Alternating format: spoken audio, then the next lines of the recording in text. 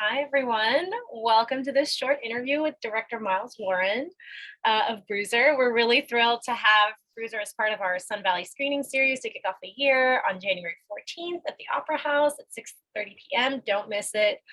This is a first look at a feature that we've all been extremely excited about ever since we were very lucky and privileged to be able to play the short Bruiser in our 2021 festival, where it actually won our SVFF Shorty Award for Best Short.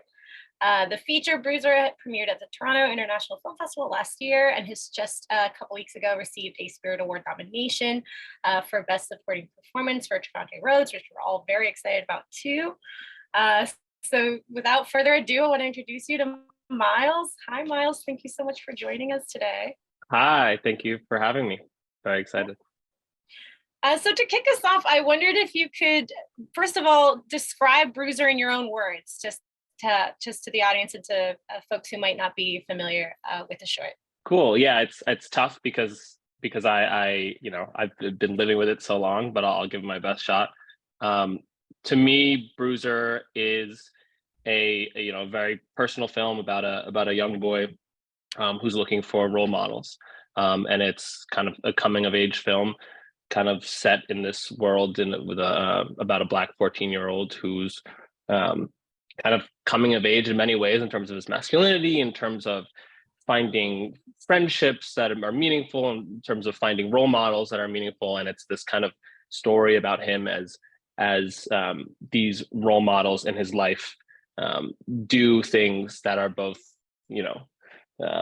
helpful and very unhelpful to him and his development, and as he kind of comes of age in this film. So yeah.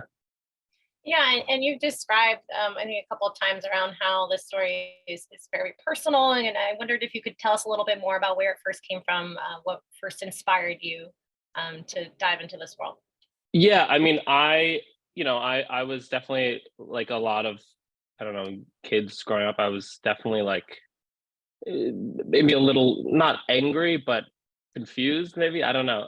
And I think a lot of that energy I wanted to put into a character. And that character kind of ends up being the main boy in this movie, Darius. So it was that in partnership with the idea of a kind of rather more, I guess, comical or weird inspiration of world star fights and YouTube fight videos, and how those typically depict Black and brown men and women also, usually in these like insane, comical, horrific, all at one time kind of situations. And one day I think I kind of realized, like, oh, I could do a story where a young kid could see these two role models in his life in a sort of public altercation, like I saw in the World Star videos, and how that would impact him and change him and kind of ignite a kind of journey for himself. And then it kind of developed into this bigger thing. And I think the movie is about a lot of things, but that's, I think, where the seed started with this movie. And did you always intend for the story to be feature length when you first conceived of it, or was that something that kind of developed after the short? Yeah, it always started as a feature. My co-writer and I, Ben, when we were in college, I think he asked me, like, what do you have that you want to work on, and I had mentioned it, and we started over a very long period of time developing it into a feature, and then the short kind of became this proof of concept thing that we wanted to do for the feature script that we had already written previously. Right. And in terms of that journey, it's been, again, it's such a condensed amount of time. I mean, or it certainly feels like it from this side of going from the short, played a hugely successful festival circuit a few years ago, and now coming back with the feature. What has that process been like for you? Has it, I'm also curious, you caught it at a strange period of going like into the pandemic too, like Yeah. what now coming out on somewhat the other side of it all. What was that journey like for you? The journey was a lot of Zoom calls, honestly. Like all of obviously all of 2020 and all of 2021 leading up to shooting the movie, it's just Zoom call after Zoom call after Zoom call, which I think, I could talk to a lot of people and I could meet a lot of people. I think also the short at Sundance, at virtual Sundance, was interesting because I think maybe more people was able to see it because it was virtual. I think for the short films, there was kind of an accessibility that I don't know has existed before. I don't know that much about the short film festival world, but I felt like I was like, oh my god, a lot of people are seeing it, and I'm like getting emails, and like it just seemed like the accessibility was higher than it maybe would have been otherwise, and so I think that helped. I also had nothing else to do except push for this movie because there was nothing to do. So it did happen quick, and it was, I'm very lucky, and it was very exciting. Um, and the things that needed to fall in place did fall in place, but it was definitely a lot of Zoom calls and a lot of you know figuring out how to make my first feature in a pandemic with a lot of crazy roadblocks and things that I'd never thought I would have to concede on because of the pandemic. And that's with all first films, there are limitations, and it was just another limitation on a small movie with a small schedule and a small budget, and I welcomed it, and did my best to kind of keep the story intact and the intentions pure, I guess. Well, I mean, on that note, was there anything that you felt like maybe was the most like unexpected or challenging part of those roadblocks, kind of moving into feature filmmaking? I think it was like purely time. On the short film, I had 4 days to shoot like 13 pages, and on the feature, I had 20 days to shoot 110 pages or however many pages it was. I found that that shooting such a large volume of stuff, especially with a young actor in every scene, and the challenges, because on the short, we didn't have that kind of like condensed time frame with an actor who was like, just a different, it was a way smaller thing, way less eyeballs and people holding everything accountable, and something bigger like this. I don't know. I found that having a younger performer in every scene, you limits what you can do. You really have to shoot very economically, and so I learned how to get what I needed in the quickest and most and simplest way possible. I think many people will see in this film that there's not much coverage. It's very simple. It's very restrained in the fact that I didn't have. I mean, it was intentional, but also I didn't have that much time, and I wanted to keep things simple and streamline the process and also the story and the drama. So I definitely learned that there's never ever enough time with a feature, and I knew it going in, and I was still surprised at how crazy it can get. Like with all the people there and all the equipment, and all the planning, it still ends up feeling almost like a short film where you're just like, okay, let's just completely go and get this instead, and I'm like, wow, okay, I guess it's all the same no matter what. So. Yeah, but it's interesting what you're saying, because I feel like you definitely do such a good job of kind of like letting things unfold in sort of this very naturalistic way as well. And so I wonder if that those limitations worked in your favor, in that sense of like just needing Yeah. to get it. And in that sense, I wondered if you could tell us a little bit more about kind of developing like your visual language and sort of your some of your references. I feel like I Yeah. might be seeing like Charles Burnett, and wondering if there's other filmmakers whose work has also inspired you. Absolutely. Yeah, it's the main inspirations were obviously Charles Burnett, Killer of Sheep, also to Sleep with Anger, which is kind of similar, kind of stranger coming in and shaking up a household. There was some influence from even like the Paul Schrader's First Reformed, and then which he's referencing the Robert Bresson stuff, like Man Escaped and Mouchette, and so that kind of like simple restrained cinema, even some Ozu stuff, which I it's just the kind of simple singles that are in those films. What else? Yeah, and even like, and also maybe like some visual Cape Fear stuff, even, or like Night of the Hunter, because we definitely wanted to make a film that felt almost very very like loose and like it could go many different places at the beginning, very much like Killer of Sheep, or even like like David Gordon Green's George Washington, where it feels like we're in the South. We let things play. I mean, we're in like the suburbs in the South, not like the, you know, middle of nowhere, but still like letting the energy of this kid just be wandering, and then slowly, as these two men start to impress on each other and make each other feel trapped, the narrative kind of gets tighter and tighter and tighter until it turns into something that could be almost like Cape Fear. And then having like the visual imagery represent that too, in the way it's shot, and how you know, let these things play out, and let the characters get trapped themselves instead of, you know, getting these intricate kind of detailed shots. Yeah. And so yeah, so Justin and I, my cinematographer, we worked for a long time to plan out everything. Like we knew what we were going to shoot it this way, stylistically, you know, just because, you know, we liked the World Star Video aesthetic, and those don't have many cuts in them, and they're chaotic and they're crazy, and let the chaos build. But also we knew we didn't have as much time. So Great. And I also wanted to ask you a little bit about your amazing cast, of course, Jalen, but also like Trevante and Shamir. They're really so charismatic, each in their own ways. I just wondered if you could talk a little bit about what the casting process was like, and your rehearsal process, and where you found your actors.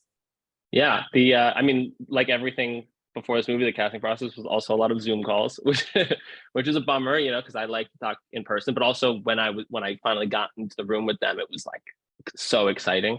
But yeah, I mean, Trevante was my number one pick for Porter, and was like always at the top of my list. And there's something about him that was, you know, the way he acts with his eyes, and the things he can do with his physicality and his face. Unmatched. And so I was very lucky to have him on board early on, and he really liked the movie, and he's a producer on the film. He wanted to be involved as much as possible.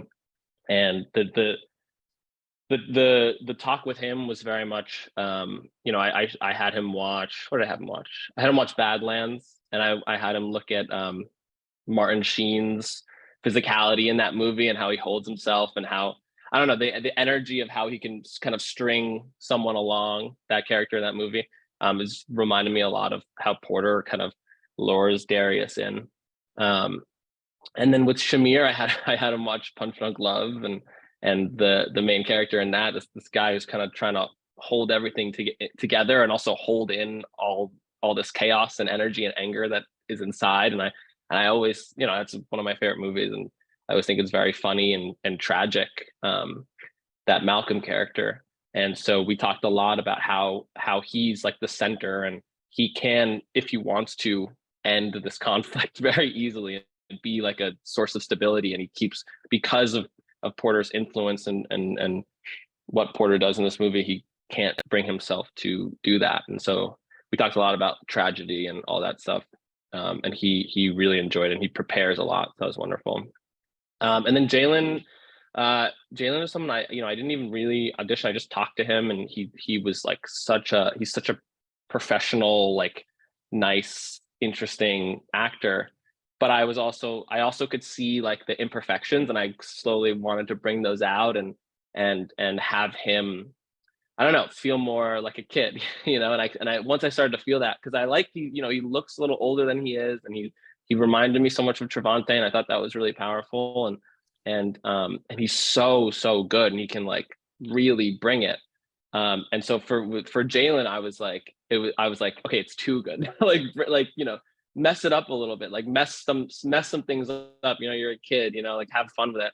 And I think he was really interested by that, because I don't think he'd had that direction before of like, you know, me just being like, man, mumble it, or, you know, Yeah. scuff it up a little. Yeah.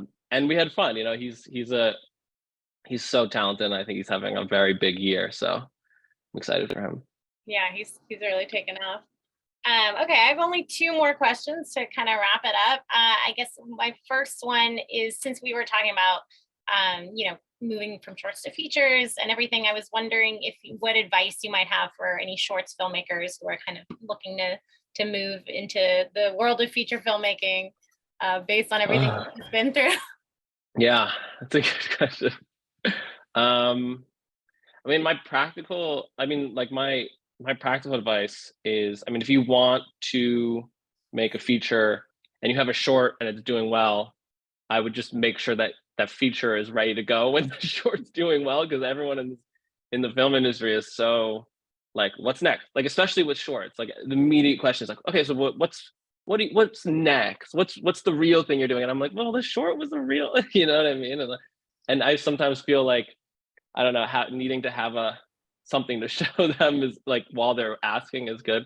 But maybe in terms of the craft, um, I think I don't know. I think it's all, it's just well, what I will say in terms of the craft of filmmaking is, it was just kind of obvious, I guess, but a feature is the marathon to the shorts, I guess, sprint, in terms of how the duration of the shoot and how laser focused you need to be. And so it was pretty interesting to go for even 20 days isn't the longest shoot, but to go for 20 days straight. Well, not straight. We had 1 day. We had 1 day weekends, which is which is still a pretty grueling schedule.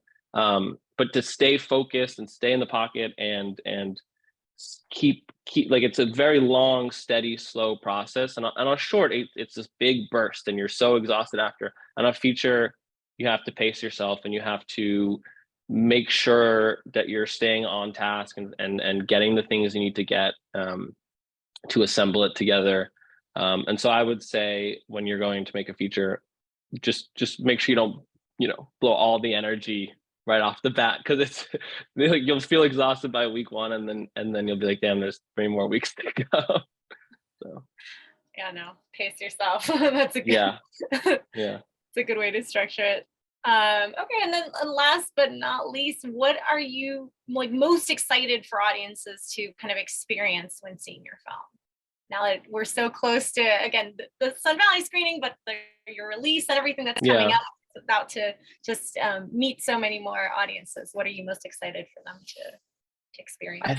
I think I'm really excited for Black audiences to see these characters existing and having a story that I think is so, I think it's very unique, especially I think the setup of this movie is stranger coming back and all that, and it's like it's rooted in cinematic and storytelling history. But the way the way these two men are, and how they're informed by their Blackness, and how they're trying to also not be informed, like not be tied to that, I think is really interesting, and stuff that I haven't seen before. And it's the reason I made it, and the way they affect their child, and the way they try to change, and the way when two of them are in the same room they can't. I think I'm excited for Black audiences to just get characters like that I hadn't seen before, and that are fully realized, and are rooted in kind of stuff that I've seen and stuff that's real. And to see this kind of tragedy, but hopeful tragedy, and I don't know, I'm just excited for people to experience something that I think I hadn't seen before. And I really do cherish, this movie, and the characters that are in it. And I guess I'm just excited for people to either connect, or be like, I've seen that person before, or because also this movie is almost like a Rorschach test in a way, where I've had people who've watched it be like, Porter, he's so fake, and Malcolm is like, at least there, I'm team Malcolm. And then people being like, you know, Porter, like, Malcolm sucks. Porter is the guy. I mean, he's flawed, but this and that.